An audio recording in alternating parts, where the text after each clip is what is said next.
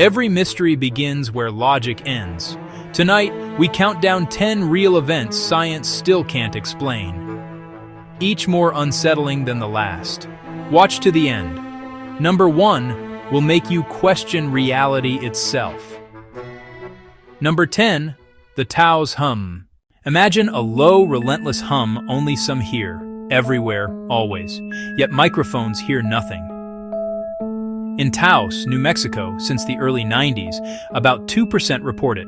A distant diesel, a buried transformer, pressure blooming behind the ears. Nights are worst. Indoors, it swells. Earplugs fail. Some move towns, only to find the hum waiting. In 1993, teams from the University of New Mexico, Los Alamos, and Sandia swept Taos with spectrum analyzers, seismometers, magnetometers. They mapped hearers by block and hour, chased acoustic traces, tremors, EM spikes. Result? No external source. Sufferers lost sleep, felt pressure, dizziness, some nosebleeds. Theories persist. Clandestine low-frequency tests. The Earth's microseisms, or brain-borne tinnitus triggered by place and expectation. If nothing out there hums, then what does? Soil, sky, or mind, shared by strangers. In Taos at night, what answers back? 2011 Baltic Sea. Mid-scan, the sonar freezes, readouts stutter, monitors flicker, then a shape no one expects locks in. On screen, a smooth, circular mass about 200 feet across. They mark the coordinates, return, and again the electronics hiccup. Divers drop in. Compasses drift, lamps dim in the green murk. Telemetry dies to static as silhouettes orbit a dark rim. Recovered fragments show microfractures and patterns rare in glacial rock. Stress lines that read almost machined. Fresh sweeps hint at step-like ridges and a long seabed scar, as if something slid before coming to rest. Explanations split the room. Glacier, wartime platform, crashed craft, or ancient stonework shaped by unknown hands. If it isn't geology, it's engineering. By whom and when? Until someone brings it up, the Baltic keeps its answer. Number 8. The Green Children of Woolpit. Suffolk, 12th century. Harvesters hear voices from a wolf pit and pull out 2 children, trembling, barefoot, speaking no tongue. Their skin, an impossible, living green. In Woolpit, they refuse bread, meat, cheese, sob through the nights. Then someone offers raw, broad beans. At once they eat, shells and all, by wavering candlelight. Weeks pass. The boy weakens, refuses food, and fades. The girl endures, baptized Agnes, her green hue draining to pale as she learns the villagers' words. At last she speaks of St. Martin's land.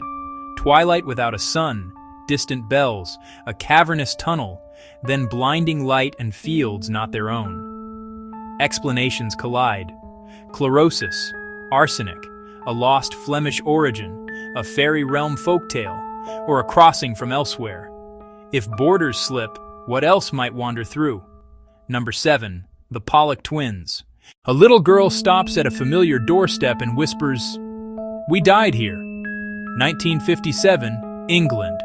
2 sisters die in a crash. A year later, their parents have twins. By 3, the new girls find the old home and ask for buried toys. They recount family routines no child could know, point out rooms and landmarks, and speak unprompted on that first visit back. Psychologists document carefully. No hypnosis, no leading questions, observations logged over months, multiple witnesses present. Each twin bears a birthmark mirroring the deceased sister's fatal injuries, recorded before anyone compared notes. Coincidence? Subtle parental cues? Pattern-seeking minds? Or memory itself returning from elsewhere? If children echo other lives, what signal carries through? Strasbourg, 1518. One woman steps into the street and cannot stop. She dances into dawn, bound to a rhythm no one else hears. Within weeks, hundreds join. Feet blister, shoes slick with blood, bodies collapse, shudder upright, and keep moving. City elders turn to priests, pulpits thunder of demons. Physicians diagnose hot blood and prescribe music, drums and pipes. It backfires. Bands quicken. Processions pass candles and glassy eyes. Prayers whisper between ragged breaths. Doctors watch, helpless. Modern suspects, mass psychogenic illness, hunger, heat, and stress. Ergot poisoned rye twisting nerves, or a ritual impulse slipped from its leash. Records blur, but the pattern remains. Strangers locking step, drawn by something unseen. What power sinks strangers to one grim rhythm, mind to mind, body to body, without a visible hand? A book no one alive can read, yet it feels like it's speaking. The Voynich manuscript, 240 vellum pages, discovered in 1912 by a bookseller, author unknown, meaning unknown, looping glyphs, strange diagrams, star charts, and women in baths that defy context. Radiocarbon tests date the vellum to the early 1400s, yet the script itself remains unknown. Botanists can't match its plants to earthly species. Linguists can't break the script. Even modern AI says the text has grammar, just not from any language we know. Its pages circle ideas, astronomy and alchemy, anatomy and bathing, without ever saying what the ideas are. Explanations multiply: an uncracked cipher, an elaborate hoax, an alchemist's private code, a memory palace for a lost doctor, or writing from a mind not quite human. If it's a code, what secret was worth 6 centuries of silence? And if it isn't, who wrote it, and who were they speaking to? Riverside ER. Staff near one patient grow dizzy, then drop, one, then another. Alarms snap on, gloves, controlled panic. Minutes earlier, Gloria Ramirez arrives, confused, tachycardic, gasping. Nurses note an oily sheen and a strange, fruity garlic breath. A blood draw, sharp ammonia. In the tube, tan manila flecks in dark blood. One nurse faints, then 2 more. The ER evacuates to the parking lot. Hazmat sweeps hundreds of volatiles. No leak, no spill, no detectable toxin. Every test is negative. The only common factor, Ramirez. She dies that night of advanced cervical cancer. Airtight sweet autopsy, no toxin. Officials say mass hysteria. The sickened staff dispute it. Theories persist. DMSO cream chemically transformed inside her body. Exposure to illicit precursor chemicals. An unknown reaction never seen before. None proven. What actually happened in that room? Number 3. The Phantom Island of Bermeja. For centuries, Spanish and British charts fixed a tiny speck called Bermeja north of the Yucatan. Captains logged bearings. Atlases repeated the dot. Then the modern era arrives, and the dot simply stops appearing. 1997. Mexico dispatches a survey ship to the exact coordinates. Sonar sweeps the grid. Flat sea floor, featureless. Nothing. Later, high-resolution satellites show only deep water. No reef halo, no shoal wake. Misplotting, say some. Yet many charts agree on the latitude. Why it mattered. Exclusive economic zones and hydrocarbons. If Bermeja exists, maritime claims shift. And so do billions. Theories ignited. Cartels, corporate pressure, foreign interests, quiet erasure, or nature. Storms, subsidence, a bank that never was. So, an island that never existed, or one made to never be found. 1954, Tokyo's Haneda Airport. Customs detain a calm businessman with an immaculate passport from Tord, a nation no atlas lists. He points to the Pyrenees between France and Spain. Officers freeze. The paperwork is flawless. Visas stamped, entry slips crisp, banknotes fresh, serials aligned. His itinerary lists real hotels and meetings that verify.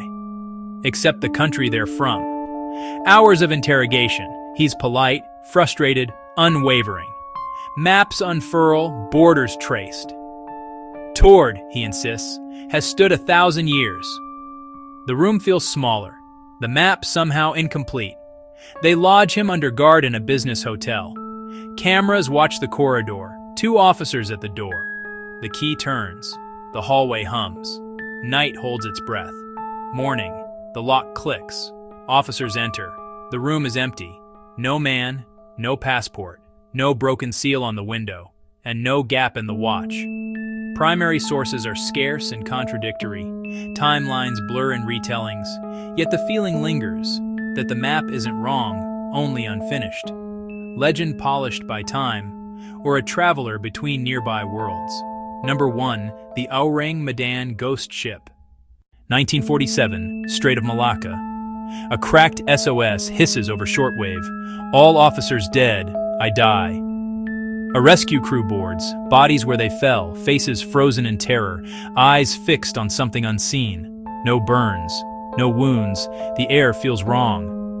Minutes later, smoke rises below, then a blast. The ship sinks, taking answers with it. Rumors multiply, leaking chemicals, cyanide, nerve agents, a covert military cargo, folklore, cursed salvage, a deathly gas from a ruptured hold. The paperwork is thin.